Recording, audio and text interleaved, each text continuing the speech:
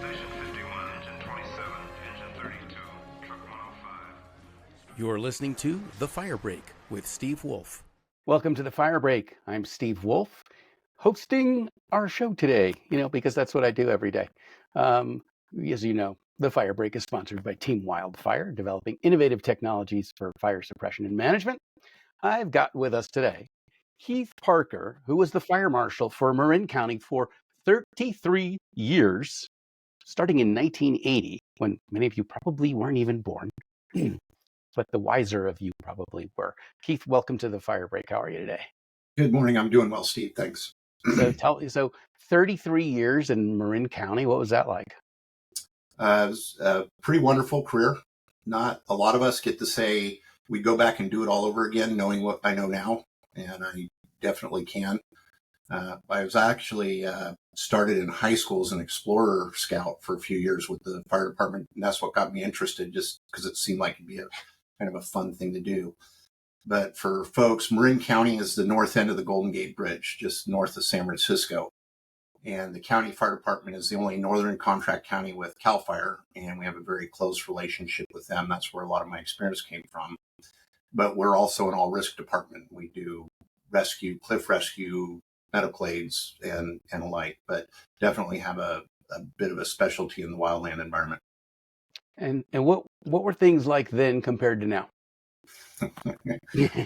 Well, if you go back to 1980, and there's another podcast I listened to where one of the guys always refers to being old and refers to the 90s, and I'm like, ouch, that hurts.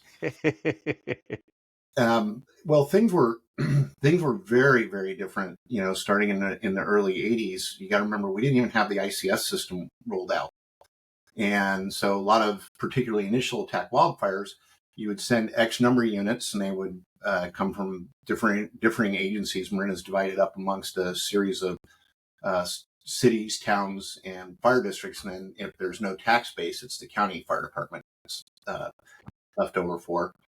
And we had 4 radio frequencies. We had 3 of them were dispatching, and 1 of them was a mutual aid frequency. And some of the engines had 1 portable on them, and it was definitely line of sight. So there was a lot of what we call now freelancing, which was you just send enough folks and pick a spot, and people use their experience and just talk face to face and went at it. And we primarily deal with wind-driven running grass fires here along the northern coast is our more common fire. So it was very different. The communications were different. No ICS, and then ICS came about while you were, running the county. How did that change things? I think one of the things that folks don't realize about the ICS system because of how integrated things are today, especially when there's a fire, different agencies will have differing philosophies, but whenever there's an incident, the thing the fire service does is so great is they come together and we work for that common goal. And I think the ICS system is what's really driven that both locally in the state and also nationally. And that is that it gave us a way of everybody integrating in. I think getting rid of you have to be a certain rank to have a certain responsibility, and certainly a battalion chief could never be working for a captain or anything like that. And as the ICS system rolled out, that's when the professionalism and the operations really started. And a shout out to he was actually second fire chief who embraced immediately the ICS system. And we're very fortunate in the county as the county fire chief. Chief Rowan saw that was where things were going, and he became an instructor himself and started teaching classes. And I believe in that first year we put just about every company officer through the initial ICS training. You got to remember this was brand new, so it wasn't exactly embraced at the time. Right. It was kind of like the typical arguments that were more recent, say on the East Coast. Well, why do I need a finance manager for a car wreck? And so there was definitely some learning pain. And imagine that the constraints of ICS didn't fit well with some people who, had more of the freelance mentality. Well, that's an interesting perspective, and I think ICS is a flexible system. You do have to have some absolutes. There's certain things you cannot break, particularly some of the rules that provide for the safety. But there still is a lot of available for people to use what they know and put their talents to it in the best possible way. And I know whenever I was on an engine, I always appreciated whoever I was working for, whether it was an initial tech or whatever, that would say, here's what we want you to go do. You're an engine captain. You know your crew. You know your capabilities.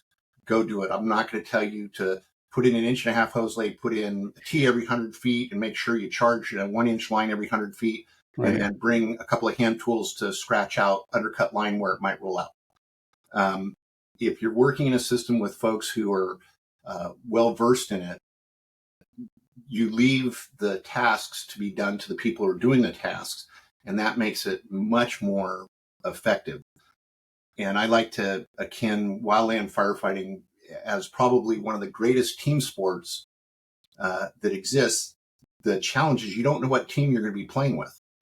So the ICS is what is kind of our practice book and our rule book and our playbook, so that when we go assemble, we are either working for or with or people we've never met before. And you have to size up very rapidly and, determine, what are their capabilities? What are they going to be able to do for you? How do you use them to the best of their abilities? And I always really appreciated working for folks that let me go out and work with my team to be effective. So you might not know who's on the team, but hopefully it's an all-star team. And that's the thing. It usually is. I can't recall very many times when I've gone out and not been really, pleased. Sometimes a little better than others. And the other thing is fatigue is definitely a big issue. Sure. And then when, logistics and support, when you're in one of those fire sieges and you go to a new fire and you're like, why can't I have anything? Why are there no drop points? Why do I have to, find all these things? And as you get older and wiser, you start finding out the reason is because the people who are trying to get those for you are doing it as fast as they can. I had fortunately experience in the command center and also at the North Ops expanded on 2 lengthy occasions during fire sieges. And so I know what it's like to be calling Nick or somewhere else and begging for anything. Yeah, it's hard in there. So it sounds like you are of the school more when people say, ICS, it's a set of tools, not a set of rules. Absolutely. Yeah. And if you turn it into a set of rules, it can become counterproductive. Now, with that said, remember, every tool has an instruction manual with it. And so, and that's, I think, part of what we're going to get into is one of the big arguments right now is, VLATs and LATs and our, smaller fixed wing tankers and our helicopters keep getting bigger and bigger. Our engines, keep getting bigger and bigger. I remember when international 𝐬𝐮𝐬𝐫𝐿𝐵s, a single cab, for wildland engines, everybody was saying these things are huge, it's going to ruin us. And you look at them now, and that's tiny compared to what we're running now. And when they said it's going to ruin us because of a lack of mobility or nimbleness? Yeah, well, they were, if you recall, the 𝐬𝐮𝐬𝐫 is the big square box where international went from kind of that, we call it the bubble cab. And then the 𝐬𝐮𝐬𝐵 series was a square. It was so much higher. And, we're thinking, we're not going to be able to get anywhere. And when we got into those, what we found is we had a cab with a lot more room, and it really wasn't a huge issue. Now that we're running these, and I was involved in the fire apparatus procurement for Marin, that was a really rewarding group to work with. And now we're using these international crew cabs, and they're ginormous, and they were really high for a while because of the requirements for the exhaust regulations. And, that does affect, those things are definitely a little bit less mobile, but if you want 4 folks to live out of those for 2 or 3 weeks, right, you kind of need the size. I'm not a big fan of these type 6s, they're calling. Remember, I've been out of this for retired 13 years, so I haven't been on the line for that long. I'm still involved, but I have a lot of heartache with loading these heavy duty, essentially 1-ton pickup truck chassis up to 90% before you start putting people and equipment on them. And the longevity of how long they're going to last, and then also the mechanical safety of how much, cushion is there in your weight, brakes, suspension, etc. So I know it's not always great to go bigger and it's more expensive, but I think that I hope people take a good look at making sure they're matching the equipment to what their the use is going to be. Yeah, I guess the capacity of the equipment, particularly vehicles, pretty important because a lot of the fatalities are vehicle related, on the way to, from, or between fires. Yes, that's one of the, big, really large issues. And there's been, they've, NFPA and their requirements has done a number of things from, we call it the black box, monitoring all the functions of the engine. And that's something folks got to realize is they can pull that black box and they'll know RPMs, braking, sway. They'll be able to recreate, your last X amount of driving, a significant amount, including the speeds and when you come to a stop. So there's for the operators need to realize you can't hide anything, but it's things like the red seat belts and the monitors to make sure seat belts are on. But the real issue is I'm a big believer in you can't regulate or technology replace good leadership. The safety of the crew is the responsibility of whoever is in charge of that crew. And you can put all the bells and whistles to try and keep these things going, but you really need to instill upon whoever is in charge, whether it's a fire apparatus engineer, a lieutenant, a captain, volunteer paid, it doesn't matter. You've absolutely got to make sure every fire apparatus, as soon as they leave to do anything, that it's very clear there's one person that's responsible for the safety of everybody who's getting on that machine. And they lead the safety. They're not only, everybody's responsible, but you have to have that one person that checks seatbelts on, making sure that, the equipment's secure and cap, all those kinds of things. And again, you look at all these different actions that occur, and leadership and communications always come into play. Interesting. So what about you talked about you said everyone's responsible for safety. So tell me about personal responsibility, personal sense of danger, and are there cases that you've seen where someone just felt unsafe, even though a crew leader may have said like this is as safe an assignment as it could be, but the troops say, you know what, I'm not down with that. Wow, you went right to probably one of the most difficult topics, in the wildland business. And you're, in the grand scheme of things, you're talking about how do you refuse an assignment or how do you turn down risk appropriately? And, that's always a challenge. And one of the things I think as you get older, you learn to have more trust in folks.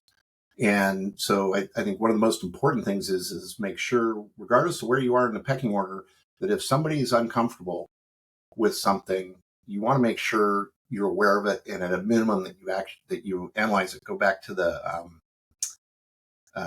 fire above Glenwood Springs.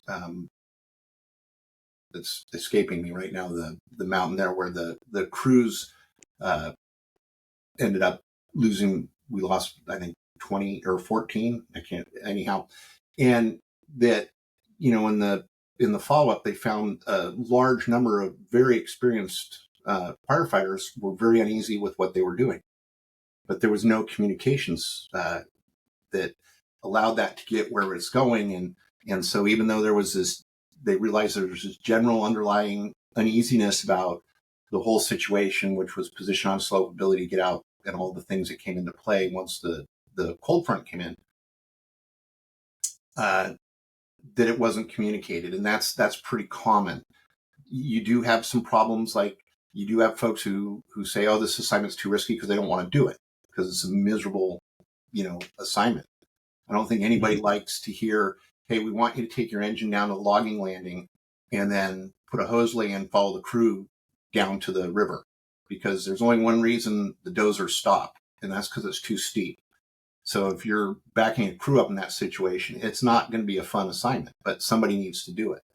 And so, you look at it and, how do you mitigate risk and do that? And so I think the big issue is for, if you have uneasiness, you need to be able to analyze it and describe it accurately so that you're not just saying, oh, I don't like this. Well, why is it you don't like it? There's a lot of times you physically feel very uncomfortable at a fire, Right. and you're actually quite safe.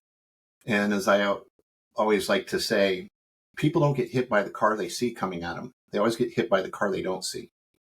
And that's the big thing, in the safety aspect is, are we looking around?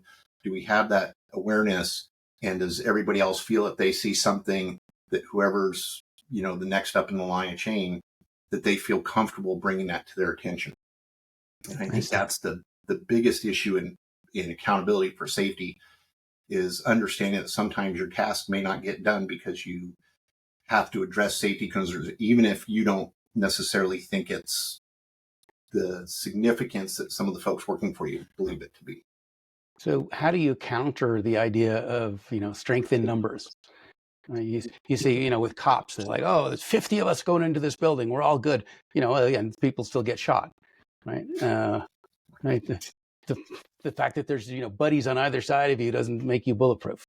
And so I would imagine that with firefighters and the sense of trust that they have in each other, like we're all going in, blah, blah, blah. And then what you end up with is 14 dead firefighters instead of one, because they thought, oh, there's a bunch of us, what could happen? Well, I can assure you, just one is just way too many. Tragic. Here in Marin County, we lost Steve down in the witch fire in San Diego. And, that was, he was with a neighboring agency, and I knew him. He lived in the same community I do here in Nevada.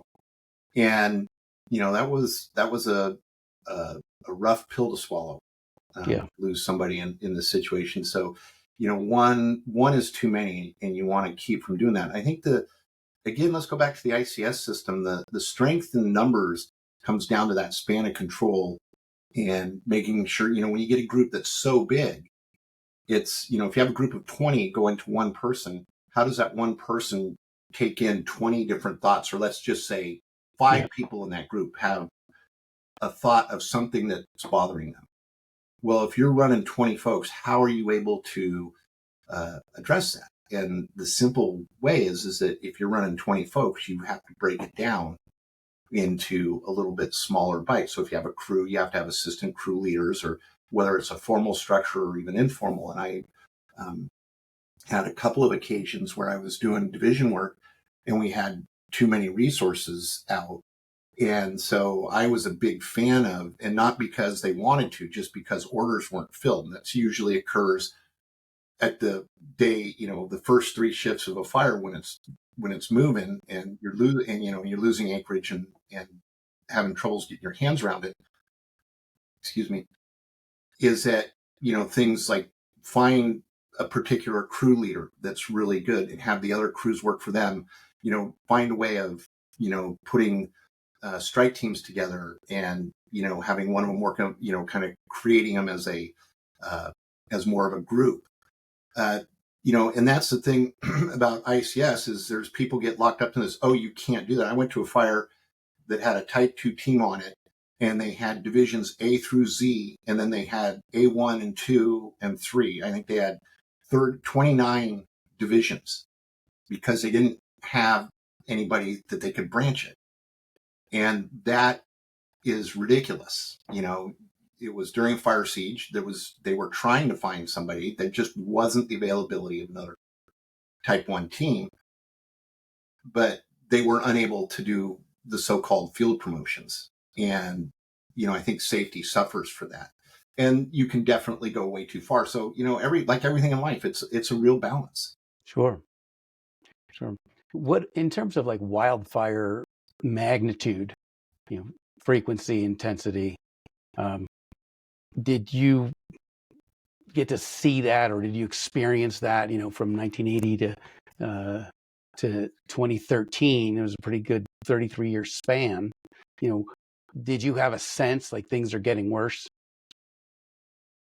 We definitely had periods where things got worse. We had a period in 95 to 98, 99, don't quote me year for year, where things were very, very mild. And then I think it was 2010 or 11, it might have been 9, we had a cutoff low that threw a thunder cell system through Northern California, and we had 5,000 or 6,000 fires burning. And it was early season. Well, it doesn't matter if it's early season, we had rain and things weren't, really dry and ready to go. You put 5,000 ignitions out there, you've got a huge problem that actually lasted into, summer drying out. So yeah, we, particularly, and this is one of the things in discussions I don't see brought in, our ability to put out wildfire has expanded exponentially. And yet the fires are still getting bigger, faster, and more damaging. Just take bulldozers. We started a D6C, and I forget how many horsepower, massive torque. And we thought, wow, that was an incredible machine. And now you look at the horsepower, torque, and drive systems of these dozers. Each dozer is pushing way more dirt, putting in much more line than it was in the 80s and even 90s. Look at the aircraft. The S2s, when I started, were the piston driven, and they sounded so cool coming over your head, because they were just beating the air with those big props and stuff, and they held 800 or 880 gallons, some of them, of retardant. And the guys had to be very, you didn't have the power to pull out of places and stuff. And then they went to the S2T, which the pilot that we know well was the guy who was test pilot for those. And you could see immediately the difference in what that could do. Not just the fact, I think that one, the first one, I think was only 1,000 gallons, but you looked at where they could go, because they had the power to pull out. So now you have 1,200 gallons in these turbos. They're not being wrenched on 2 days a week. They're only down 1 day a week. People don't realize, the old pistons were down all the time. You have helicopters. We had a rental ship out of our nearest helicopter came, and it had about 125 gallon bucket on it. Now there's 1,200 gallons coming out of the Firehawk, right? And it's they're able to split the drops and such. Just you look at the capability of the engines, the training, how much stuff we're throwing at fires. I think Cal Fire started a program of massive, overwhelming force, and I think they've stopped a number of fires that likely would have gone huge. The park fire was interesting in that I was watching a little bit of that out of the corner of my eye, and they threw for that first day, they were drawing everything you could possibly find into that. And I was really surprised that, the resistance to control with that amount of resources was so significant. Well, again, let me go back for a second. You talked about pushing dirt and the capabilities then and now of dozers. Do you think that in the age of massively wind-driven fires and 40-mile ember cast, that there's still as much of a benefit as there was previously to pushing dirt, to cutting a 16-foot line? Absolutely. Yeah. You just got to remember, again, you talk about the toolbox. Yep. So is your dozer line going to stop a wind-driven fire at the direction that the wind is taking it? In other words, and a lot of times you're dealing with, I prefer to refer to it the influence direction.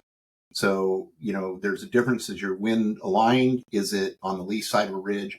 But if you're in a pressure wind like we get here on the coast, or like the mountain wave that drove the Marshal fire, okay, we know that you can have a 300-yard break, right, at where the wind's casting the embers, and that's not going to do it.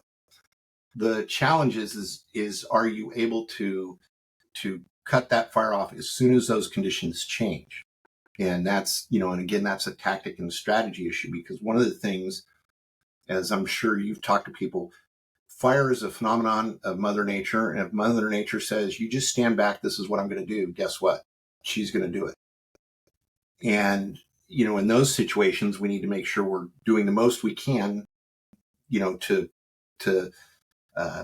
lessen the impacts of the fire, which is typically, making sure you pick up the heel and the flanks so that a slight wind direction doesn't start a new problem, but also that you have resources available to not only the type of structure defense and the spot defense as you're going, but that when the condition changes, that you have the ability to take that fire out and get it put to bed before the conditions worsen again.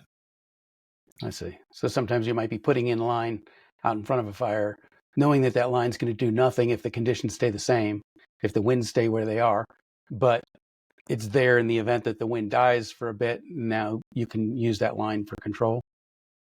Well, I never was up in that higher altitude. I did a lot of division work, and I had worked, and I got used to working with a lot of dozers.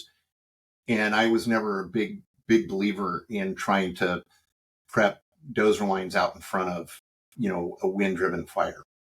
Do you want to put in contingencies? And that's where the balancing act comes from. And that's why I'm glad they pay the guys who are willing to be the ICs and the ops section chiefs the big bucks, because those are the kinds of decisions that they have to make. And the challenge is we can look at some of these breaks, and I've fished my entire life. I've backpacked, hiked, boating sports, water sports, a little bit of hunting. And I love going up in the Sierra Nevada, Oregon Cascades, and I fully understand the damage, the impact that you can have with dozer. You can also do a lot of rehab. That's another thing people don't recognize. We had a fire out in the Point Reyes seashore. We put in a 3-blade brake across the top of this ridge, and by the next spring, after the bear team came in, you could not tell that had ever been anything but a trail. So I think we can rehab things better.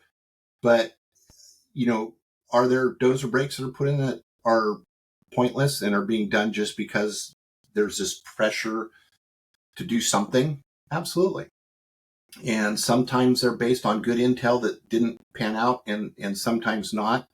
And there's a lot of, I think, going back after the fact, pointing out, going, see, you shouldn't have done this. I had that experience on a section of that Fire 95, the piece that I had. We chased a bunch of spots with dozers and had them successfully. And then the wind changed and everything burned over. And when they came back, they're like, how come there's all these dozer lines over the place? And I said, well, when the wind was out of the north, they did a great job. Right. But the wind decided to come out of the east. And when it did, the main fire came back around and just blew through everything. So it's, again, everything is choices. And, the thing is to learn. I've also been on fires where we've wasted 3 days of resources because it's in a wilderness area and has mist, which is minimum impact suppression tactics. And it didn't allow anything other than a 6-foot scrape and a 12-foot cut or 6-foot cut. And you couldn't cut safety zones, which meant you couldn't plummet and fire it because you have to have some safety zones. And it's almost pointless going after a fire in some of those conditions. So everything's a balance, and we need to look at, we don't want to destroy, the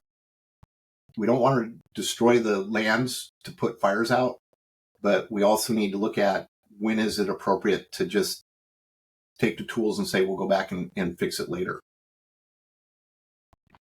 Who knows? Yeah. Well, so you, in 2013, you had finished amassing 33 years of experience, and then you retired so that you could have a family, or at least have some time with your family. And now you're back in fire privately as a consultant, with Parker Fire. So what are the types of projects that you're working on now that you're bringing your accumulated wisdom to? Yeah, I'm one of those folks that hit the right time and the retirement age drop, which I think is problematic because I realized as I started getting older that I was never going to learn everything that you could learn. And I started, somewhere by my mid 40s, 25, 26, 27 years into it. And I started getting a much better sense of my limitations and my capabilities. And I learned so much from folks that were in their 50s, 55. A lot of guys went to 60. And I realized how much I learned from these folks that were 40 plus year people. And that's gone now because, even somebody with 30 years now is a long timer in the business. I think that's a loss. So anyhow, I retired mostly not because I wanted to, but my wife wanted to go back to school. She'd always wanted to go to grad school. And my kids were too young to be left alone. And, it doesn't work when you go to work and then you might come home 2 days later, you might come home 2 or 3 weeks later. Right. So, and I'm one of those people, I'll never not do something. I'm not going to be a permanent retiree. So I did some work for a fire apparatus company down in the Central Valley that I'd worked with, high tech, doing some assisting with some sales and specification writing for some of their customers. And then I got a call from Pacific Gas and Electric from one of their law claims folks, who I actually used to send bills to for fires back when I was the fire marshal. And he wanted me to go look at a fire and a wildfire. I thought, yeah, I really, really was into fire investigation, obviously, for the 5 years I was running the bureau, and I still did a lot afterwards. And I went out and I realized that I really enjoyed that. And that was a really good way to stay in the business. So I decided to go ahead and put together a business plan to private investigators, license, insurance, do the whole, do it properly. I looked at working for some of the companies, and I thought, no, I really want to have the freedom to do what I want to do. So I started Parker Fire Services Consulting, primarily doing forensic origin and cause investigations. And I had some experiences on some wildfires that were, that when I went out and looked at and then read reports, I was like, boy, this doesn't really fit. I don't really understand what I saw with some of these reports. And then in 2017, I did 8 of the large fires in Sonoma and Napa County for utility. And when some of the reports came out, I just about fell over because there was direct evidence that should have been discovered by the investigations. It wasn't. One of the fires, I actually obtained video of the fire well away from where the report officially said it started. And there was a large amount of other evidence that should have been considered that would have told them that they weren't in the right place. There was several other of the major fires that was the same issue. And I started trying to, I didn't really understand. I kept thinking, I know these investigators are good people. Right. They get up in the morning and they go out to do the best job and do to the best of their abilities. But the results were not good. And one of the things I hypothesized was that when we learn fire investigation, we go out in the spring and we burn these little plots and we look at these indicators and we say, you see this indicator means this, and you see this indicator means this. And we're primarily looking for that line of demarcation between where the fire is established and advancing with the influences and is backing against the influences. Well, in most of our fires in 70th percentile, that's a pretty clear line of demarcation. But when you get into humidities below 20% and you get strong winds, well, all of a sudden that changes because the intensity of, your advancing fire tends to have maybe the same amount, if the fuel's the same in the backing and the advancing fire, if it's say 50 pounds per square yard, if it all consumes, the exact same amount of heat energy is consumed. In the advancing fire, it's just consumed much, much quicker. Kind of a little more complicated than that. But what happens in these extreme burning conditions is that the backing fire is burning everything. The fire is laid out at the same angle. The flames are the same angle in the backing as the advancing fire. And it becomes very difficult at times to determine what areas are actually backing and what area are advancing. And so a good example would be you get a fire that is backing under maybe some conifer, and then it runs into a hardwood. So an aspect changes and it's understory hardwood. Well, all of a sudden that hardwood might look like it's backing. You go, oh, this fire must have started right here. But in fact, that is a fuel issue you're looking at, not a advancing backing issue. And I really think that that's what the challenge is. And to get that, you have to have, you need the tremendous amount of experience in wildland fire and investigation. And I can tell you, for the first 10 years I was looking at fires, I struggled. And it was only because I was with mentors who had been around what I thought at the time was forever. They had 20, 25 years and 30 years. And I thought they had been there for, ever. And I was fortunate, to have that kind of mentorship. Well, now the prevention investigation positions are no longer highly desirable like they used to be. Prevention is always the first to get cut, kind of ostracized. There's not a lot of support. And so you look at these guys, and the ages of even the oldest guys are maybe in their 40s, 20 years in at the most. Whereas, when I was in my 30s, I was with guys who were in their 50s, mid 50s, maybe even 60s, who had 35, 40 years in, and were able to say, just hold on a minute. Yeah, this is what this looks like, but let's look at some of these other pieces. And so through that, started looking at, what is the guidance and teaching that we're giving, and, how accurate are these indicators that we're teaching that say, if you see this, it means this. And I believe the reality is in our, FI 210 is the most prominent course, that it says, if you see this, it may mean this. And that's not what we're teaching. And there isn't the validation. If you look back, and I wrote a paper with Dr. Vito Proboscis, who's just a phenomenal researcher, probably one of the leading combustion scientists of our time.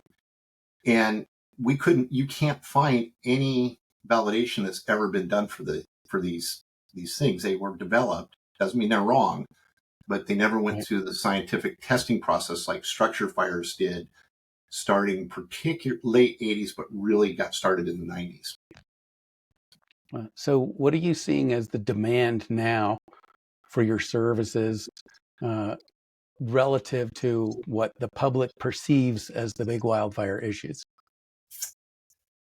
Well, so the jump from public to private is huge, because on the public side, in structure fires to this day, and back in my time, we pretty much were interested in, is there a criminal component to this fire? Okay. And that can be either, obviously, somebody started it intentionally, or somebody was involved in a criminal act that resulted in a fire. And it's still pretty much that way in structure fires for the public side. Well, now on wildfires, even the public side has an additional interest in cost recovery. And I'm going to be just honest with you, and I know some of my friends will hate me for saying this. I believe that is a huge conflict, because the public agencies get to go investigate the fire, collect everything, not tell anybody what's going on, massively alter and damage the scene more often than not and they know who they might be going after. It might be a timber company, utility company, trucking company, whoever. And then by time they let them know, oh, by the way, we think you might be on the hook for millions, hundreds of millions, or at times billions of dollars. By time their experts get to go look at it, there's not much to see. So in the private world, in a structure fire, if your business had a fire and the fire department comes out, investigates, says there's no criminal content here, your insurance company is going to come out and they're going to say, well, here's the 3 things that could have been responsible for this fire. We're going to notice them, and we're all going to come out and do a joint inspection before we go start tearing this apart. And everybody gets a fair chance to have their experts look at it. It's not a perfect system, but it's definitely works fairly well. On the wildland side, that's the challenge is that by the time the private experts get in there, things are pretty messed up. And usually, if you look at all of us old guys showing up on these large fires, where most of the entities seek out folks, unfortunately like me, who've been around for a very long time, the experience level of a lot of the guys coming in on the private side is far exceeds the experience of the public investigators. And it's just a shame that we can't find a way to work together. The legal system, unfortunately doesn't like that. We're forensic investigators, science. We need to call balls and strikes, regardless of who our client is. Right. But the legal system doesn't work that way. So what's the feedback loop between what you discover, as a cause and origin contributing factors on a fire, and how that information is used to prevent or diminish the occurrence of those types of fires? Well, that's one of the challenges. Back in the day, the fire code said that fire chief shall investigate fires, and one of the reasons that we would go beyond just criminality is exactly what you're saying, is you can't go about putting resources into preventing future fires if you don't have an accurate understanding of what's causing them. Right. Right? Right? Just simple as could be. You can't have a vaccine until you've developed germ theory. Probably, right? Yeah, I'm not big on the biology side of things. I like to stick with the carbon-based chemistry, but sure. The challenge in the wildfires is that, well, there's a lot of issues. One is that we're going to have ignitions, but there are a lot more fires being blamed on utility-owned power lines, I believe, than exist. I'm actually, I know that for a fact. Wait, say that again. There's more fires blamed on utility power lines than what? Then there's more fires that are blamed on the utility electrical power lines than actually occur. Okay. And one of the places that I believe we need to look at is private power lines within, especially these really high hazard areas. I think the Tubbs fire is a good example of that. But, I can remember we have ranches that have private power lines, even some high voltage stuff in some places that go out a long distance. And then the other thing is there something else we're missing? And then societally, are we spending too much on the power lines? Now, don't get me wrong. Our power lines are a huge issue. They were ignored. Some of the situations on fire that have caused fires are just inexcusable, right? And they're being addressed, unfortunately, after these major fires. But we're paying a lot of money in our utility bills for fires that the utilities weren't responsible for. And so how is that blame being assigned erroneously? Well, I mean, you have to present evidence when you say you caused this fire. Well, right? I would love for that to be true. And that is true in the forensic investigation world, because we have a process, NFPA 921, which is the fire and explosion investigation book. It's a guide, but it's essentially the rule book. And there's several others that come into play, but they give us a rule book and the specifics of the scientific method and how it's applied to fire investigation. And so for us practitioners, we go out in a very methodical order of how we go about determining an origin and how we determine, okay, we know this area is the origin for sure, or this area might be the origin for sure. And then there's a specific process of how you identify everything that potentially causes a fire in that area of origin, and then how you go through the process of eliminating the different possibilities. And then what you hope is to say, we've come up with only one, as I call it, one lone soldier possibility, and you go, that's it. The challenge is when you get into litigation, the script gets flipped and they say, well, there was a power line in the area. We found an arc mark on it that may be 10 years old. Most of the arc marks tend to be during the winter time. Yeah. I went to probably hundreds, if not close to 1,000 trees on power lines in winter storms here on the coast. And they say, well, here's an arc mark. That's what caused the fire. And there's no way to date the mark. There is, if you identify it early enough now, there have some possibilities. And there's a lot of research that tells us, like on copper lines, what it takes to do this. But what happens is they get the argument changed into, well, if it's not this at this location, what is it? Well, there's no way to know, because the reality is you can't get the origin any smaller than this 3 acres. Or more commonly, the origin's, 300 yards away. How did that start this fire? And the problem is to a non-forensic scientific practitioner, that makes perfect sense to us. Well, if it's not this, then you need to tell me what it is, because we all see the shows where the folks go out with a little flashlight and a camera, they shine the flashlight, take 10 pictures, send something to the lab, and the lab calls them in that afternoon and says, here's what we got, and they have it wrapped up. By the end of the episode, right? Right. Yeah. Well, forensics doesn't work. I mean, it can take, especially a large origin area, you can be out there for days and days and days. It's if you have to want to do this, it's got to be something that you have a passion for, because a lot of times it's really boring, and a lot of times you can spend days structure fire. You can spend a couple days digging all the way down and processing and sifting and everything, and be miserable and sore and tired, and go, I don't know anything more than when I started. And then sometimes you find that golden nugget. It's a process. And the challenge is that society, the pressure to come up with a cause is so, imagine if they'd come up in one of these catastrophic fires and said, we can't find what caused the fire. And then you get into what are the circumstances, not just the cause of the fire is the 3 things. It's what the heat source is, what the first fuel ignited is, and what brought them together. That's the 3 elements of what causes the fire. Well, then you get into the responsibility. Who's responsible for the fuel? Who's responsible for the heat source? Who's responsible for bringing it together? And, then that gets more into the legal field. So it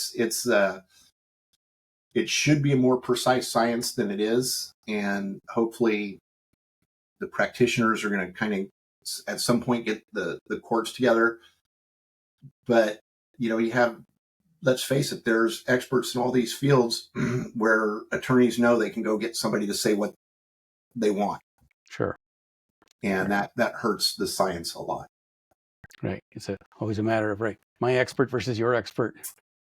And it should never be that. It should be the science my expert is explaining to you versus the science the other expert is, and within the rule book of how you are supposed to put forth and analyze the science. Yeah. What do you see going forward?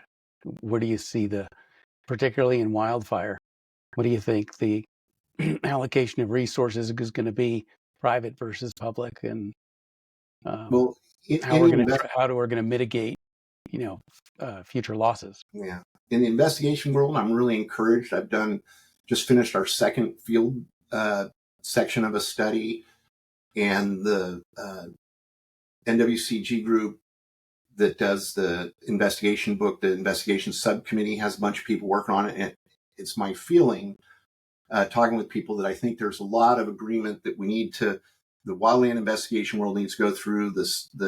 It's not fun, because sometimes being told you have been assuming the wrong things.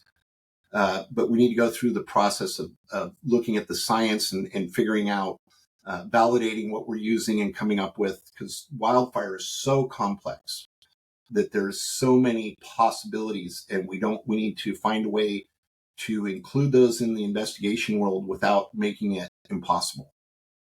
And we know the system works. We find things all the time. So we know an experienced person who understands how fires burn can go out and read the fire and come back. It's just a question of the pressure to find something is so great, because one of the most important things, one of the original authors who wrote a book, a captain from CDF back then, Cal Fire, said, one of the most important things an investigator must be able to say is, I don't know.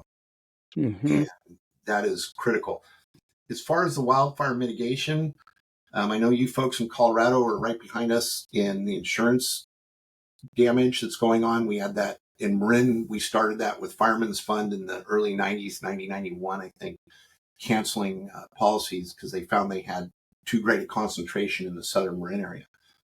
And Vito Baraskis he's got a paper coming out on talking about kind of like a no-fault issue for wildland fires and electrically caused fires, because this process of going and getting 100% recovery for this fire, but if it starts by lightning, you don't get anything, or if it was a car accident, it's not. It's great for us experts. I don't know why I complain about this, because that's, but hopefully that gets put together. As far as the mitigation, I think that we're like again here in Marin, we started Marin Fire Safe back in the 90s.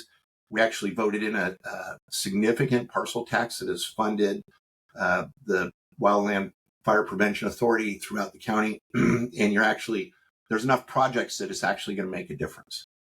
But it's going to be a combination of building reasonable building standards, ones that don't,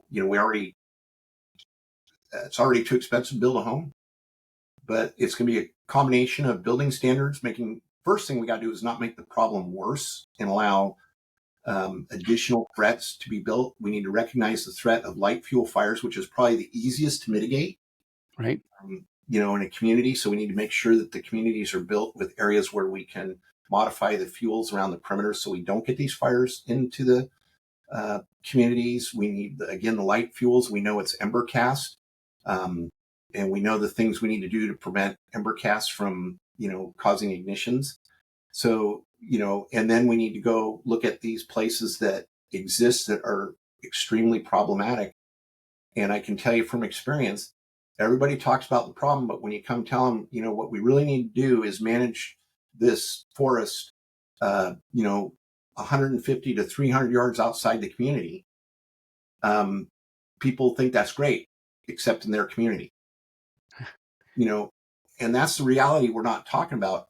Is people don't want to see their neighbors. They don't want to lose, they like their forest as it is. And we can't have these conifer forests.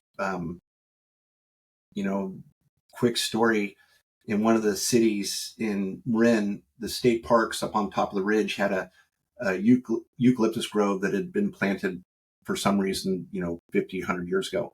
And we got a grant to pull it out, to take out all the eucalyptus. Yeah. And the community down below them that has there's a history of fires that under the north winds, especially 1870 and 1890, there's 3 or 4 of them that just blew all the way right down through where this community is now. There was nothing there back in, 150 years ago now.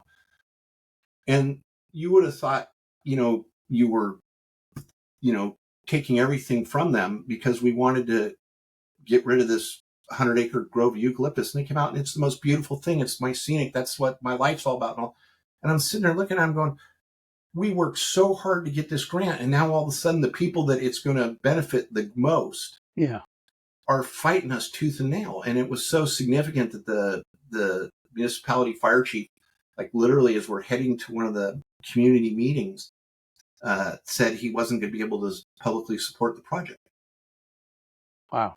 Now remember, that was the mid 90s. Yeah. There's people are fooling themselves. There's still a lot of that there. Yep.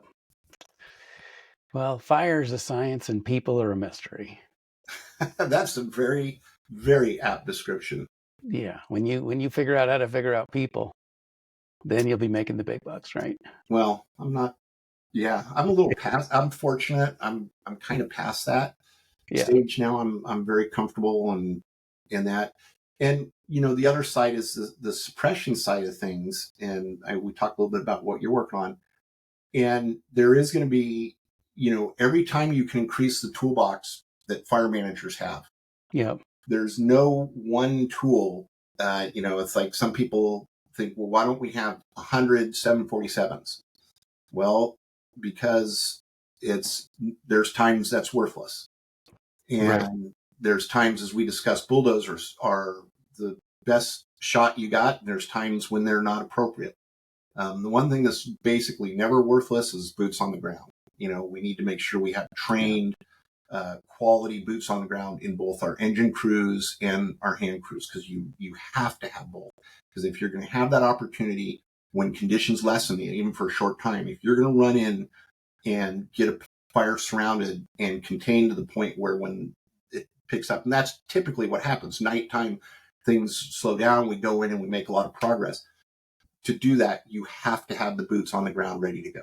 And if you don't maintain that, and that's one of the Forest Service, all the national agencies, but the Forest Service, when I started in the 80s, was the top, absolutely considered the top wildland fire agency. And now they've got engines parked because they can't staff them.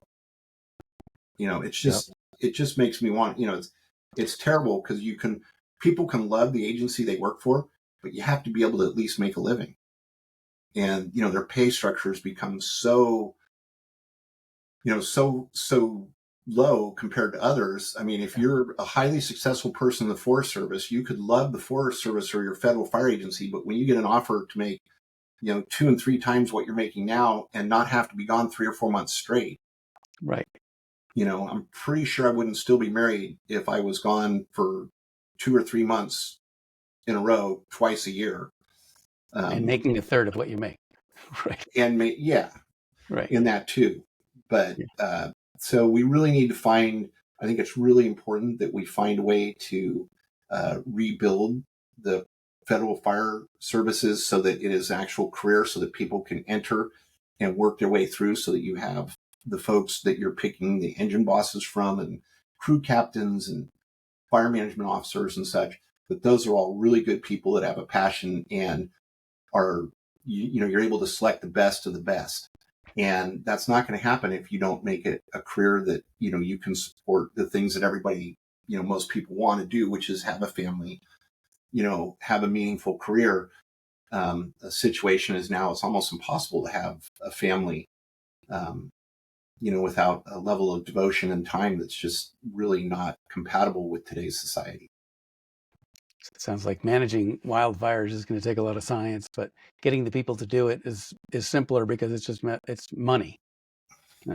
Yeah, and there's I'm really there was some temporary pay fixes and stuff like that, and it's like I understand the budget problems and in politics, but one of the things is if you want to solve a problem, nibbling, either get rid of it and privatize it and just contract it, or do it right. Don't do it. We don't do our military halfway, right? No. We look at them, we say, if we're going to have a military, we got to do it right. We got to give them the best tools, the best training, the best leadership. Well, that needs to be the same attitude towards our federal firefighting force. And we need to call them firefighters. People don't realize all those guys coming off the Forest Service engines are called forestry technicians. They don't even get the term firefighter in their job title. That's ridiculous. Yeah. I mean, unless you're looking to expand it to a year-round career, in which case there's the time when you're doing firefighting and there's the time when you're doing community mitigation and there's the time when you're doing fuels reduction. And, if you include enough tasks under there, right. then but that's exactly firefighter is one of the titles.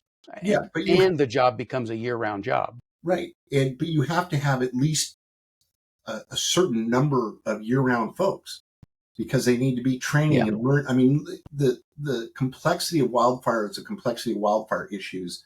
The fingers in the pie of the environmental restrictions on federal lands, how much, you're on this watershed, you can do this. If you're over on this side, you can do this. It's become very, very complex. And again, to get people who are going to stay into it for a lifelong career for 30, 40 years, develop that knowledge and wisdom base, it's not going to work if you're only hiring them 9 months a year and then you're going to go find something else to do for 3 months. Right. It doesn't mean that every firefighter, do you need seasonal firefighters? Absolutely. That's what I did for the first 4.5 years of my career was, work primarily summers. I stayed a couple of winters doing specialty projects. Great way to get experience. Find out if you have a passion for it. Find out if you're any good. Then you get to select your best of your seasonal firefighters for those permanent positions. And I think, even CAL FIRE's, even with the budget problems we have here in the state so far is still looking at trying to get to a 56-hour work week for their employees. I think they used to be at 72 or 80 hours a week. Wow. They used to work 3.5 days on and 4 days on, 3 days off. I can't remember how it used to work, but it wasn't compatible. And then when we get these fire sieges, they don't have enough people. So they end up having folks working, 2, 3, 4, 5, 6 weeks straight. And again, that starts really impacting the home life. And then all of a sudden going to a municipal agency where you work the standard 56 hours starts looking better and better, and you start losing some of your best and brightest to other agencies. Yeah. Well, the teachers have figured it out, right? They hire them for a certain number of months, but they pay them year round. And then they're there when they need them. Yeah. Not much, but yeah, Not much. No. But No. we, and I think that's a huge piece in the wildland mitigation. And then, the other thing we're going to have to look at here in California, 𝐃𝐨𝐽 handcuffs California Environmental Quality Act has become so broad that it takes so much, the amount of money in these projects and doing permits and what it costs you, because you can only do it in a specific period of time, and the ability for so many folks to solve things. And again, you can't just do things willy-nilly, but there's got to be some sort of ability to look at the risk gain of the environmental issues and the gain of the protection, and come up with some way of evaluating these things and saying, look, we need to go do this. Some of the things that have been devastating in fire control is the inability to do any logging after timber fires. Right. And that includes just removing snags near major access roads. Right. They had a fire came out of the Feather River. It was called the Chips Fire, and I want to think it was 2010, 11, 12, somewhere in there. And once it got up on the hill, they couldn't access it because the fire from, oh God, I can't remember. It was the big fire that was started, the Feather River Canyon over on the east side. But they left all the standing snags, and because it was windy, snags were dropping. And they legitimately said, look, we can't send folks up there because of this hazard. That hazard should have been eliminated post-fire. Doesn't mean you have to take every snag down. Snags are important, particularly post-fire. But you should have at least gone through the key roads and made them safe. And the logging is the same thing, that we've folded up logging in so many places that part of folding it up is rehabbing the roads to the point they're not usable, or even